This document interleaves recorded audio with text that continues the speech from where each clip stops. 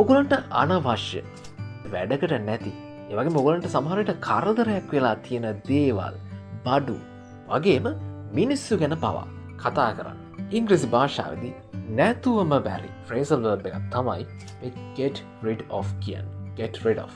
ඒ විතරක් නෙමෙයි මේ ලෙඩ ගැන කියද්දි පවා මේ get rid of කියන phrasal verb එක ගොඩක් පාවිච්චි වෙනවා. ඇත්තට ඔයාලගේ ගෙදර කරදරයක් වෙලා ඉන්න මීයු, ඌබි සහ ඔයගලන්ට වැඩකට නැති ඔයගලගේ පරණ ඇඳුම්, පොත්, පත්තර ඒ වගේම අපිට හරි කරදරයක් වෙන විවිධ ලෙඩ රෝගවල ඉඳන් රටටම ලෙඩක් වෙලා ඉන්න, රටට කිසිම වැඩක් නැති, රටටම මහා කරදරයක් වදයක් වෙලා ඉන්න සමහර දේශපාලඥයෝ දක්වා කතා කරන්න අපිට මේ get rid of කියන phrasal verb එක එදිනෙදා කතා බහින් පාවිච්චි කරන්න පුළුවන්. ඉතින් මේ වැඩසටහනදී අපි හරියට මේක ඉගෙන ගමු කොහොමද මේ phrasal verb එක පාවිච්චි කරන්නේ, මොන අවස්ථාවලද මේක පාවිච්චි කරන්නේ, ඒ හැම දෙයක්ම. ඉතින් අවසාන වෙනකන් රැඳිලා ඉන්න මම තිමිර අංජන මේ හරි ලේසි ඉංග්‍රීසි YouTube channel එක. අපි එහෙනම් වැඩේ පටන් ගමු. හරි අපි මුලින් උදාහරණයක් අරගෙන බලමු. හිතන්න ඕගොල්ලන් ගෙදර ඔන්න පරණ පත්තර ගොඩක් තියෙනවා. ඔයාට මේවා අවශ්‍යත් නැහැ. ඔයාට මේක නිකන් කරදරයක් විතරයි ගෙදර තියෙන එක. ඔයාට මොකක්ද එහෙනම් කරන්න ඕනේ? ඔයාට මේ පත්තර වලින් නිදහස් වෙන්න ඕනේ. ඒ කියන්නේ ඔයාට මේ පත්තර තනිකර අයින් කරලා දාන්න, අහක් කරලා දාන්න ඕනේ. මෙන්න මෙතනදී අපිට කියන්න පුළුවන් ඉංග්‍රීසි භාෂාවෙන් I want to get rid of these old newspapers කියලා. මොකද්ද මේකේ තේරුම? මට මේ පරණ පත්තර අයින් කරලම දාන්න ඕනේ කියලායි මෙතනින් අදහස් කරන්නේ. මට වෙන්නේ නිදහස් වෙන්න ඕනේ, ගැලවෙන්න ඕනේ. ඒතර ඔය ගෙදර අම්මා හැම ගොඩක් වෙලාවට කියන වාක්‍යයක් තියෙනවා. ඔය ලට්ට ලොට්ට අයින් කරලා දාන්න කියන එක. මොනවද ලට්ට ලොට්ට කියන්නේ? ඒ කියන්නේ වැඩකට නැති ඔය ගෙදර තියෙන එක දේවල්. මේවට අපි ඉංග්‍රීසියෙන් clutter කියන වචනේ පාවිච්චි කරනවා. clutter. ඒතර ඕනනම් අපිට කියන්න පුළුවන්. You should get rid of this clutter. You should get rid of this clutter. මේ ලට්ට ලොට්ට තනිකර අයින් කරලා දාන්න කියලායි මෙතනින් කියන්නේ. කොහොමද අපි කියන්නේ?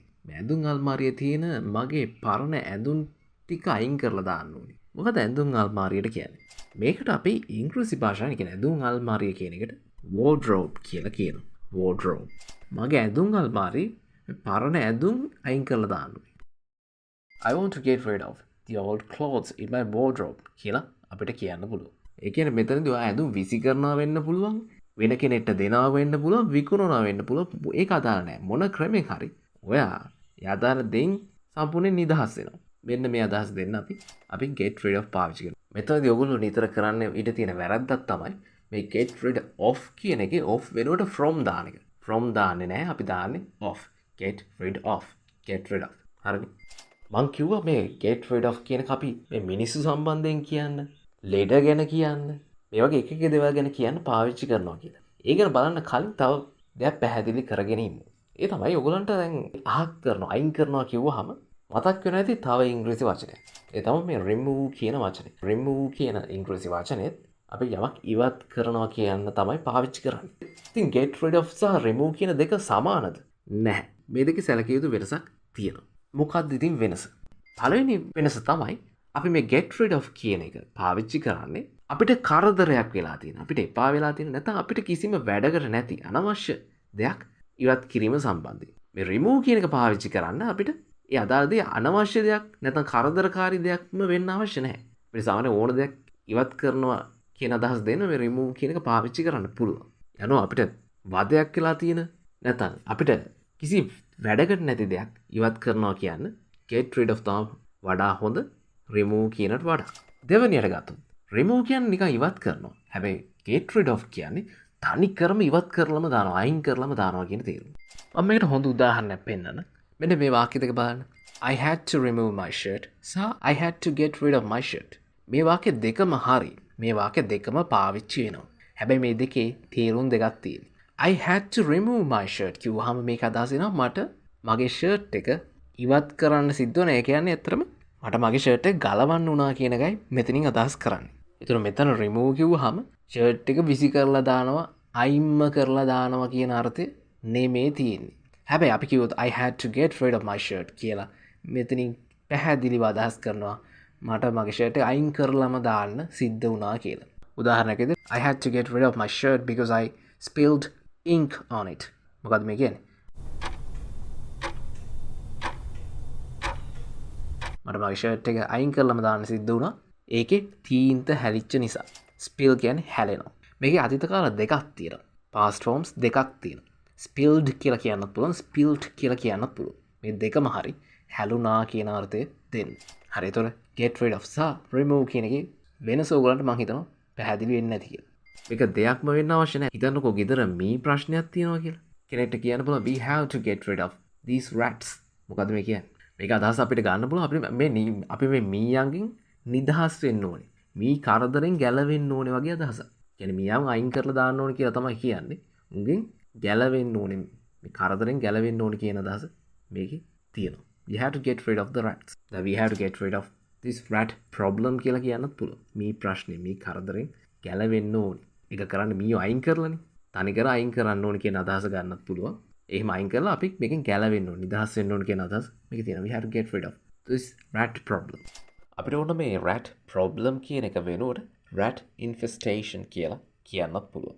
rat infestation. මේ infestation කියලා අපි කියනවා මොකෝ හරි සත්තු නැත්තම් ක්‍රමයෙන් විශාල ප්‍රමාණයක් කොහරි තැනක එකතු වෙලා ඉන්නවනම් ලොකු ප්‍රමාණයක් එහෙම හැදිලා ඉන්නවනම් විශේෂයෙන්ම අපිට ප්‍රශ්නයක් වෙන ආකාරයට අපි කියන infestation එකක් කියලා. ඒතර කවුරු හරි වාගේ පස්සෙන් එනවනම් බල්ලෙක් වෙන්න පුළුවන්, කොල්ලෙක් වෙන්න පුළුවන්, කෙල්ලෙක් වෙන්න පුළුවන්. මේ මෙයාගෙන් ගැලවෙන්න විදියක් නැහැනේ කියනත් අපි මේ get rid of පාවිච්චි කරනවා. ඒක තව ටිකකින් කියලා දෙන්න. ඊට කලින් අපි බලමු මේ ලෙඩ ගැන කියද්දි. ලෙඩ වලින් ගැලවෙනවා. වෙනත් විදිහට ඒක ලෙඩේ හොඳ කරගන්නවා කියන අර්ථය දෙන්නත් සමහර වෙලාවට අපි මේ get rid of පාවිච්චි කරනවා. උදාහරණයක් විදිහට ගත්තොත් you can't get rid of diabetes completely but you can control it. මොකද මේ කියන්නේ? ඔයාට මේ තනිකරම සම්පූර්ණයෙන්ම ඔයාට දියවැඩියාවෙන් ගැලවෙන්න බෑ කියලායි මේකෙන් කියන්නේ. ඒ නිට්ටාවටම සුව කරගන්න බෑ කියන අදහස මේකේ තියෙනවා. but you can control it. ඒත් ඔයාට ඒක පාලනය කරන්න පුළුවන්. මෙතන මේ completely කියන වචනෙන් තවත් පැහැදිලි කරනවා මේ සම්පූර්ණයෙන්ම තනිකරම මේක කරන්න බැරි බව. මේ විදිහට හොඳ කරන්න පුළුවන් ලෙඩක් තමයි මොකද්ද? මනමාල මහත්තයාට ෂේ රෝගේ හැදිලා තියෙනවා. හැබැයි දැන් හොඳයි. නිසි ප්‍රතිකාර ගැනීමෙන් ෂේ රෝගය සම්පූර්ණයෙන්ම සුව කළ හැකියි. අපිට කියන්න පුළුවන් ඉතින් cure කියන වචනේ දාලා ඕනනම් කියන්න පුළුවන්. you can cure tuberculosis කියලා. නැත්නම් මේ get rid of දාලා අපිට කියන්න පුළුවන්. මේ ෂේ රෝගෙන් සම්පූර්ණයෙන් ගැලවෙන්න පුළුවන්. නිදහස් වෙන්න පුළුවන්. ඒ කියන්නේ හොඳ කරගන්න පුළුවන් කියන අර්ථය දෙන්න පුළුවන්. You can get rid of tuberculosis if you take the medicine consistently. මොකද්ද මේ කියන්නේ? ඔයාලට පුළුවන් මේ ෂේ රෝගයෙන් නිදහස් වෙන්න, ගැලවෙන්න කියන්නේ. ඒ කියන්නේ සුව කරගන්න if you take the medicine consistently. බෙහෙත් ගත්තොත්, කියන්නේ බෙහෙත් බිව්වොත් නොකඩවා එක දිගට consistently කියන වචනේ මේ අර්ථය අපිට ගන්න පුළුවන්. හොඳයි. ඉතින් මේ අපිට කරදරයක් වෙලා තියෙන නැත්නම් අපිට කිසිම වැඩකට නැති දේවල් අයින් කරලා දාලා සම්පූර්ණයෙන් අයින් කරලා දාලා ඒවයින් ගැලවෙන එක. ඒවයින් නිදහස් වෙන එක ගැනනේ අපි මේ get rid of දාලා කතා කරන්නේ. ඉතින් අපිට මේ කරදරයක් වෙලා තියෙන අපිට මහ වදයක් වෙලා තියෙන මිනිස්සුන්ගෙන් ගැලවෙන එක, නිදහස් වෙන එක ගැන කතා කරන්න අපි මේ get rid of පාවිච්චි කරන්න පුළුවන්. උදාහරණයක් විදිහට අපිට කියන්න පුළුවන් we have to get rid of corrupt politicians. එහෙම නැත්නම් we have to get rid of thuggish politicians. මොකද්ද මේ කියන්නේ? අපි මේ corrupt politicians ලාගෙන් corrupt කියන්නේ දූෂිත. politicians කියන්නේ දේශපාලඥයෝ. අන්න ඒගොල්ලන්ගෙන් ගැලවෙන්න ඕනේ කියලා කියන්නේ කොහොමද? ඒගොල්ලන් අයින් කරලා දාලා. ඒගොල්ලන් අයින් කරලා ඒගොල්ලන්ගෙන් ගැලවෙන්න ඕනේ, නිදහස් වෙන්න ඕනේ කියන අදහස තියෙනවා. we have to get rid of corrupt politicians. thuggish politicians කිව්වොත් මැර දේශපාලකයෝ කියන තේරුම එනවා. thug කියලා අපි මැරයට කියනවා. thuggish politicians මේ මැර දේශපාලකයන්ගෙන් අපි ඒගොල්ලන් අයින් කරලා ඒගොල්ලන්ගෙන් නිදහස් වෙන්න ඕනේ, ගැලවෙන්න ඕනේ කියන අදහස මේකේ තියෙනවා. we have to get rid of thuggish politicians. how do we do that? කොහොමද අපි ඒක කරන්නේ? we can do that through an election.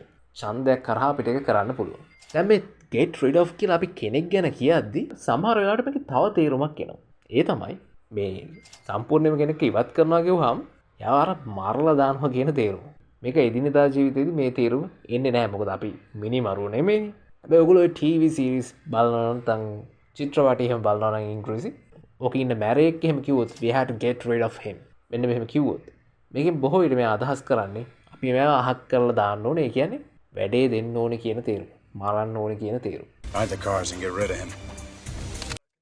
බලන්න කියනවා hide the cars and get rid of him. hide the cars කියන්නේ car ටික හංගලා and get rid of him. මෙයාගෙන් නිදහස් වෙන්න කියලා කියන්නේ. ඒ කියන්නේ මෙයාගේ වදෙන් ගැලවෙන්න කියන්නේ. මෙයාව අයින් කරලා දාන්න.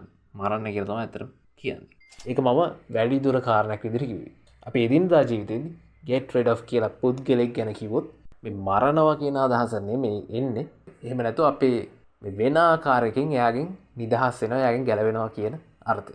මේත් එක්කම කවුරු හරි අපි පස්සෙන් එනවා නම් කොල්ලෙක්, කෙල්ලෙක් නැත්නම් බල්ලෙක් වෙන්න වුණත් පුළුවන්. මේ වගේ කවුරු හරි අපි පස්සෙන් එනවා නම් එයාගෙන් ගැලවෙන්න බැරි නම්, එයාගෙන් බේරිල්ලක් නැත්තම් අපිට ඉංග්‍රීසියෙන් කියන්න බෑ I can't get rid of him. I can't get rid of her කියලා. මෙයාගෙන් ගැලවිල්ලක් නැහැ. මෙයාගෙන් බේරිල්ලක් නැහැ. බේරෙන්න බෑනේ මෙයාගෙන්. පස්සේ මේනවනේ. මෙන්න මේ වගේ දහසක් අපිට මෙතනින් දෙන්න පුළුවන්. ඒ කියන්නේ ඔයාලා දැන් මේකට වදයක් වෙලා තියෙන්නේ. ඔයාලා මේකෙන් ගැලවෙන්න බෑනේ කියන අදහස මේකේ තියෙනවා. හරි. ඔයගොල්ලෝ ඉතින් ওই ප්‍රේම සම්බන්ධයක් ගැන එහෙම කියන්න යනකොට කාගේත් මූණටම කියන්න එපා මට ඔයාගෙන් ගැලවෙන්න ඕනේ, ඔයාගේ නිදහස් වෙන්න ඕනේ කියන අර්ථයෙන් I want to get rid of you කියලා. සම්බන්ධය නවත්තන්න ඕන නම් එහෙම කියන්න එපා. I want to break up with you කියලා කියන්න. I want to get rid of you කිව්වම මේක හරි දරුණුයි. මට ඔයාගෙන් ගැලවිලා අයින් වෙන්න ඕනේ, මහා වදයක් වෙලා තියෙන කියන අදහස එතකොට එනවා. හරි.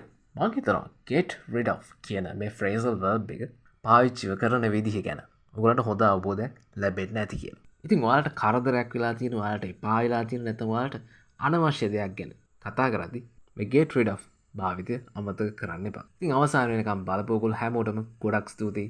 ඒකෙන් විශේෂයෙන් ස්තුතියි channel members ලා. මම තිමිරාංජන මේ හරි ලේසි ඉංග්‍රීසි YouTube channel එක